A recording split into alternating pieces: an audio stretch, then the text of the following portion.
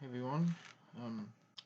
This is discussion one, point two, I guess, in this first week, and talking about these articles and what we do for our self care, which self care is probably the most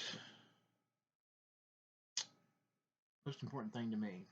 It's my favorite thing to discuss. It's my favorite thing to do. It's my favorite thing to talk about. It's something that I'm very passionate about. Um, because I have had areas in the past where I have not had great self care, especially during my undergrad, during my BSW, and the first several years of employment afterwards, working in high profile, jobs such as CPS and, case management, adult case management and stuff. I was not doing very good self care practices at all. In fact, I was doing the opposite of that. Um, Drinking and drugs and partying and stuff while trying to be a professional social worker did not work out in my favor. And of course, there's reasons for that. Um, but the articles talking about self care, I know Thomas in the adverse childhood experiences among MSW students talked about how significantly higher in MSW students than MBA students. And I find that fascinating. And, you know, in the other article, um, it talks about how some of us choose this work because of our own past traumas and stuff. And it goes into how not adequately dealing with these traumas can cause issues in our professional life working with others because it could be triggering for us. And I've had personal experience with that. Um, uh, and going into this graduate school program, I told myself I'm going to take this time and I'm really going to focus on me and try to. I did a little bit of self care over the years, but the drinking and the smoking and the drugs and stuff and the partying was took way more precedence than say my yoga practice, my meditation practice, or my exercise practice, or my mindfulness practice. Even I was just deep into my my traumas and not dealing with them adequately, even though I was still going to therapy and all this stuff. So I know some of us are in that other substance use class, and these two classes for me are going to tie in a lot together. Um, because I'm interested in working with groups, specifically groups that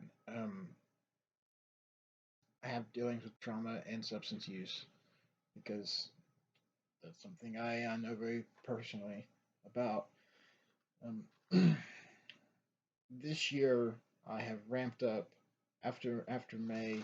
As soon as this course started or this program started, um, I ramped up my yoga program and my meditation and my trying to get adequate exercise and dieting and stuff. I found dieting to actually really help a lot.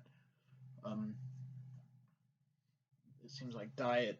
It seems like our diet does play a major role in how our minds operate. I don't think a whole lot of people realize that. Um, but not only that, I have to have a strict self care regimen in order to maintain where I'm at now. In order to just to live daily life, period, I have to have a self care regimen, or else I do not, I don't do well at all. If I do not follow a very strict, or at least stricter than it was in the past, I'm getting better, even better with it. It's a slow healing is a slow and messy process, but I'm getting better all the time. But if I don't stick to a meditation practice or yoga practice or exercise, or then I falter really quick. Um, and I realize that even going into the future, once I'm actually in a professional work setting again, um, I'm going to probably have to even amp it up even more. Um, which I'm kind of hoping to incorporate my self-care practices in working with groups, because I get a lot of self-care and stuff while working and talking and dealing, with other people who are struggling in similar ways. Uh, that sounds kind of self-centered, but a lot of it is, I get it. So like, help me, help you, help me, kind of thing. Um, uh, I try to practice something self-care every day, whether it's a 15, 20 minute just sitting in silence meditation or yoga practice or running on the treadmill or, going to the gym with my buddy or something, and not reaching for that drink or the smoke or the drug or whatever, and I've gotten a lot better. Um, and that's the population I want to work with too, is substance use. Um, and I'm getting there. I'm getting there. It's just a slow process. But I know if I miss a day where I don't get the Zen out, um, I usually can tell the next day, because sometimes I have to do it 2 or 3 times a day to avoid a panic attack. And that's okay. I mean, I'm fine with that. But I have to. I mean, because growing up until a couple years ago, and slowly up until now, I dealt with severe anxiety, severe depression, and I've largely beaten my anxiety, and I'm beating my depression. It's taken a little bit longer for my depression, although I'm off all prescription meds now because of my self care regimen. I feel like, um, in the compassion fatigue among social work students, they say that students and full-time employees in the helping professionals, have a higher risk of experiencing the symptoms of compassion fatigue, including those who lack social support at work or at home. And I feel like I lack some social support in this, for lots of deeper reasons that I won't get into. But um, and it's been incredibly hard for me to maintain where I'm at now and not fall back into the bottle or fall back into drugs or whatever.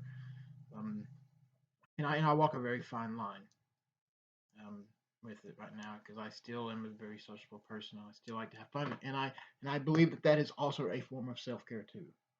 You know, um, I can't be the one who just always does yoga and meditation, working out and stuff. I do have to have my social time too, right?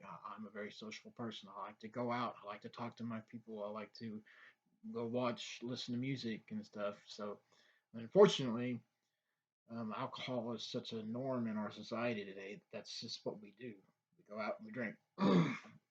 And my relationship with alcohol has gotten a lot better. I can go out and I can enjoy myself with other people and do things and stuff without having to imbibe too much. Um, and that's probably where I'm going to stay at, for a while.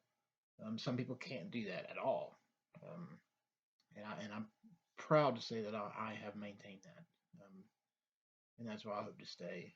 Um, because I think even that is an aspect of life that should be enjoyed. We just don't want to go overboard with it.